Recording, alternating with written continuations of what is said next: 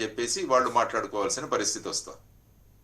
Right sir. ఇక జగన్మోహన్ రెడ్డి అడుగు బయట పెడితే చాలు, రోడ్డు మీదకి వస్తే చాలు, పెద్ద రచ్చ అవుతోంది. మనం రీసెంట్గా చూసాం, బంగారుపాళ్యంలో మామిడి రైతులను కలవడానికి జగన్మోహన్ రెడ్డి వెళ్ళినప్పుడు ఏం జరిగింది, గుంటూరు పొగాకు యార్డుకు వచ్చినప్పుడు ఏం జరిగింది, సత్తెనపల్లిలో ఏం జరిగింది, పొదిలిలో ఏం జరిగింది అనేది చూసాం. ఆయన బయటకు వస్తే పెద్ద హడావుడి జరుగుతోంది, ప్రభుత్వం ఆంక్షలు పెడుతోంది అని చెప్పి వైఎస్ఆర్ కాంగ్రెస్ పార్టీ నాయకులు చెప్తూ ఉన్నారు. రీసెంట్గా నెల్లూరు పర్యటనలో కూడా ప్రజలు నన్ను కలవడానికి వస్తూ ఉంటే అడ్డుకున్నారు అని చెప్పి జగన్మోహన్ రెడ్డి కామెంట్ చేశారు. అక్కడ లాఠీచార్జ్ జరిగిన దృశ్యాలను కూడా చూస్తూ ఉన్నాం. వైసీపీ నాయకులు ప్రధానంగా ఇదే అంశాన్ని లేవనెత్తుతూ ఉన్నారు జేడీ గారు. అండ్ ఏం చెప్తూ ఉన్నారంటే, ఈ కూటమి ప్రభుత్వం మీద ఏడాది కాలంలోనే పూర్తిగా వ్యతిరేకత వచ్చేసింది కాబట్టి అయ్యో జగన్ అనవసరంగా మనం ఎన్నుకోలేదు, ఆయన సీఎం చేయలేదు, పొరపాటున కూటమికి అవకాశం ఇచ్చాం అని పశ్చాత్తాపడుతూ ఉన్నారు అని వైసీపీ నాయకులు మాట్లాడుతున్న పరిస్థితి. జగన్ అడుగు బయట పెడితే చాలు రచ్చరచ్చ జరుగుతోంది. ఏమంటారు? మరి జగన్ మోహన్ రెడ్డి గారిని బయట పెట్టడానికి ఉన్న అంశాలను మీరు ఎందుకు అవకాశం ఇస్తున్నారని పాలకపక్షం ఆలోచించాలి. ఫర్ ఎగ్జాంపుల్, వారు పొగాకు రైతుల సమస్య ఉందని పొగాకు యార్డుకి వచ్చారు.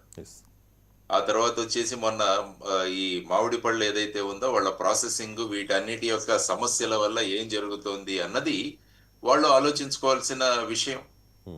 ఆ తర్వాత ఆయన విజిట్ చేసిన తర్వాత అనేక వాటిలో మార్పులు తీసుకొస్తున్నారు.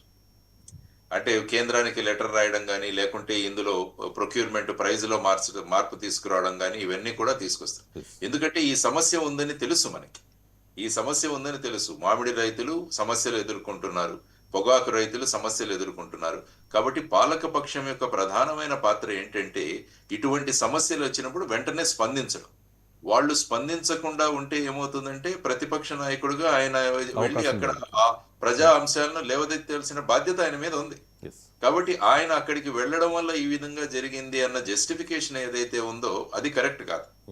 అందువల్ల పాలక పక్షం ఎప్పుడు కూడా కూటమి ప్రభుత్వం ఏదైతే ఉందో వాళ్ళు ప్రజల యొక్క సమస్యలు ఏంటో ఇమీడియట్ గా తెలుసుకుని దానికి ఏం చేయాలి మనం అన్నది ఆలోచించాలి. తర్వాత ఈయన ప్రతిపక్షంలో ఉన్నాడు కాబట్టి డెఫినెట్ గా ఈయన ప్రాచుర్యం పెంచుకోవడానికి ప్రయత్నం చేస్తారు, చేయాలి కూడా. అంటే ఆయన వెళ్లి సమస్య పరిష్కారానికి, ప్రజా సమస్యలను పరిష్కరించడానికి ముందుకు రావాలి. తర్వాత ముఖ్యంగా మనం చూడాల్సిన అంశం ఏంటంటే, ఈయన security classified person. Jaganmohan Reddy గారు Z+ కేటగిరీ సెక్యూరిటీ పర్సన్. ఈయన సెక్యూరిటీ కూడా చాలా ప్రధానమైన అంశం ప్రభుత్వానికి మీరు చూస్తే.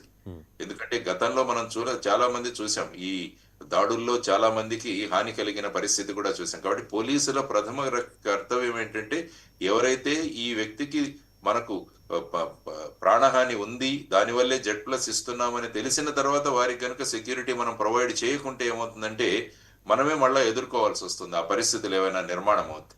సో ఆ విధమైన సంభ్రమంలో ఈ వ్యక్తి ఈ విధంగా రావడం అన్న దాన్ని మనం క్రిటిసైజ్ చేయలేము. కానీ ఆ చేసిన ఆ విషయం రాకుండా చూడాల్సిన బాధ్యత. తర్వాత జగన్మోహన్ రెడ్డి గారు కూడా ఆయన అసెంబ్లీకి వెళ్లకుండా ఈ విధంగా ప్రజా సమస్యలను లేవలెత్తడం అన్నది కూడా చర్చకు వస్తుంది. ఎందుకంటే మీరు అసెంబ్లీ సమావేశాలకు మీరు ప్రజాప్రతినిధులుగా అసెంబ్లీలోకి వెళ్ళి అక్కడ ప్రజా సమస్యలను లేవలెత్తాల్సిన బాధ్యత కూడా ఉంది. మేము అసెంబ్లీకి వెళ్ళము అని చెప్పి ఈ విధంగా చేయడం అక్కడ కూడా ప్రజలు గమనిస్తున్నారు. దీన్ని కూడా అది కూడా గమనించాలి. మీకు ప్రజా సమస్యలను, ప్రజా యొక్క వారి పాలసీస్ ని మనం ఏదైనా చర్చించాలంటే అసెంబ్లీ అన్నది, కౌన్సిల్ అన్నది ప్రధానమైన వేదిక. సో ఆ వేదికలో మనం లేవనెత్తాలన్నది కూడా చూడాల్సిన అంశం.